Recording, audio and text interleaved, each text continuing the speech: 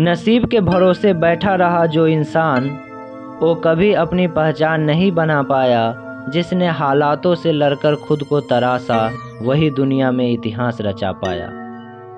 नमस्कार दोस्तों, आज मैं आपको एक ऐसे महान व्यक्ति की कहानी सुनाने जा रहा हूँ, जिनके पास ना बड़े कॉलेज की डिग्री थी, ना कोई बड़ी सुविधा, लेकिन फिर भी उन्होंने पूरी दुनिया को अपने ज्ञान से चौंका दिया।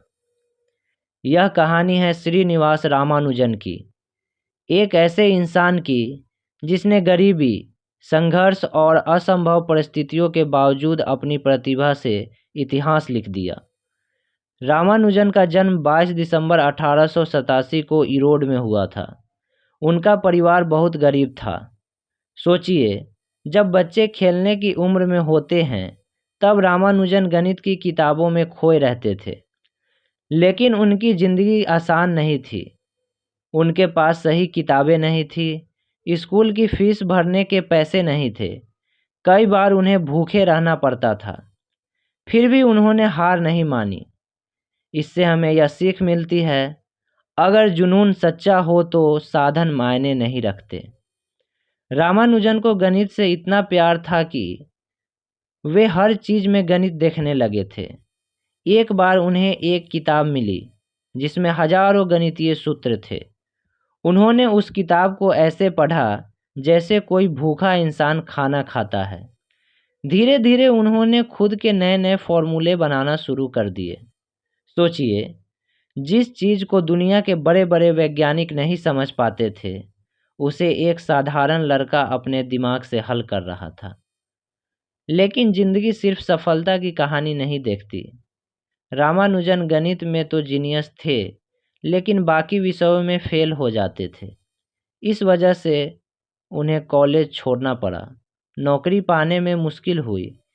लोग उन्हें पागल समझने लगे थे।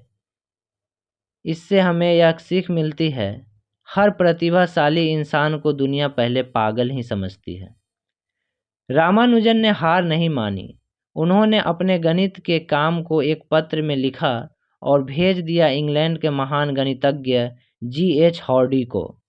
अब सोचिए, एक गरीब भारतीय लड़का दुनिया के सबसे बड़े गणितज्ञ को पत्र लिख रहा है। और चमत्कार हुआ, हार्डी ने जब उनके काम को देखा तो वे हैरान रह गए। उन्होंने कहा, यह काम किसी साधारण इंसान का नहीं हो सकता। इसके बाद रामानुजन को कैम्ब्रिज विश्वविद्यालय बुलाया गया। वहां उन्होंने हजारों नए गणितीय सूत्र बनाए, दुनिया को नई सोच दी, गणित के क्षेत्र में क्रांति ला दी। उन्हें दुनिया की सबसे प्रतिष्ठित संस्था रॉयल सोसाइटी का सदस्य बनाया गया। यह सम्मान पाने वाले वे पहले भारतीय थे। रामानुजन सिर्फ गणितज्ञ नहीं थे, वे अपने काम को ईश्वर का आशीर्वाद मानते थे। वे कहते थे, मेरे हर सूत्र मुझे भगवान की प्रेरणा से मिलते हैं। अब सवाल यह है कि हम रामानुजन से क्या सीख सकते हैं। हम रामानुजन की ज़िंदगी से यह सीख सकते हैं कि अपने जुनून को पहचानो। अगर आपको किसी चीज़ से प्यार है तो उसे कभी मत छोड़ो। दूसरी सीख हमें यह मिलती है कि हालातों से मत डरो। गरीबी, असफलता, मजाक, ये सब अस्थायी है। और खुद पर विश्वास रखो। जब दुनिया आप पर विश्वास न करे, तब भी खुद पर विश्वास करो और बड़ा सोचो। एक छोटा सा गांव और वहां से निकलकर पूरी दुनिया में नाम बनाना। दुर्भाग्य से रामानुजन की जिंदगी लंबी नहीं थी। वे सिर्फ 32 साल की उम्र में इस दुनिया को छोड़कर चले गए। लेकिन इतने कम समय में उन्होंने जो किया, वह आज भी दुनिया को प्रेरित करता है। आज के युवाओं के लिए रामानुजन के जीवन से मिलने वाली कुछ संदेश। दोस्तों, आज हमारे पास सब कुछ है, इंटरनेट, किताबें, अच्छे स्कूल, फिर भी हम बहाने बनाते हैं। लेकिन रामानुजन के पास कुछ नहीं था, फिर भी उन्होंने दुनिया बदल दी। इसलिए याद रखिए, सफलता साधनों से नहीं, संकल्प से मिलती है।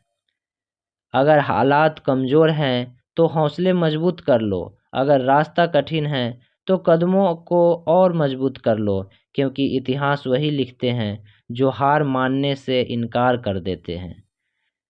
तो दोस्तों, अगर आप भी अपने जीवन में कुछ बड़ा करना चाहते हैं तो आज से ही शुरुआत करें। रामानुजन की तरह सोचिए, संघर्ष कीजिए और अपने सपनों को सच कीजिए। धन्यवाद। अगर आपको यह ऑडियो पसंद आया हो तो कृपया करके इस चैनल को सब्सक्राइब कीजिए और लाइक कीजिए, और वीडियो को अपने दोस्तों के पास शेयर ज़रूर कीजिए, ताकि इसी तरह के हम मोटिवेशनल वीडियो आप लोगों के लिए लाते रहें। धन्यवाद।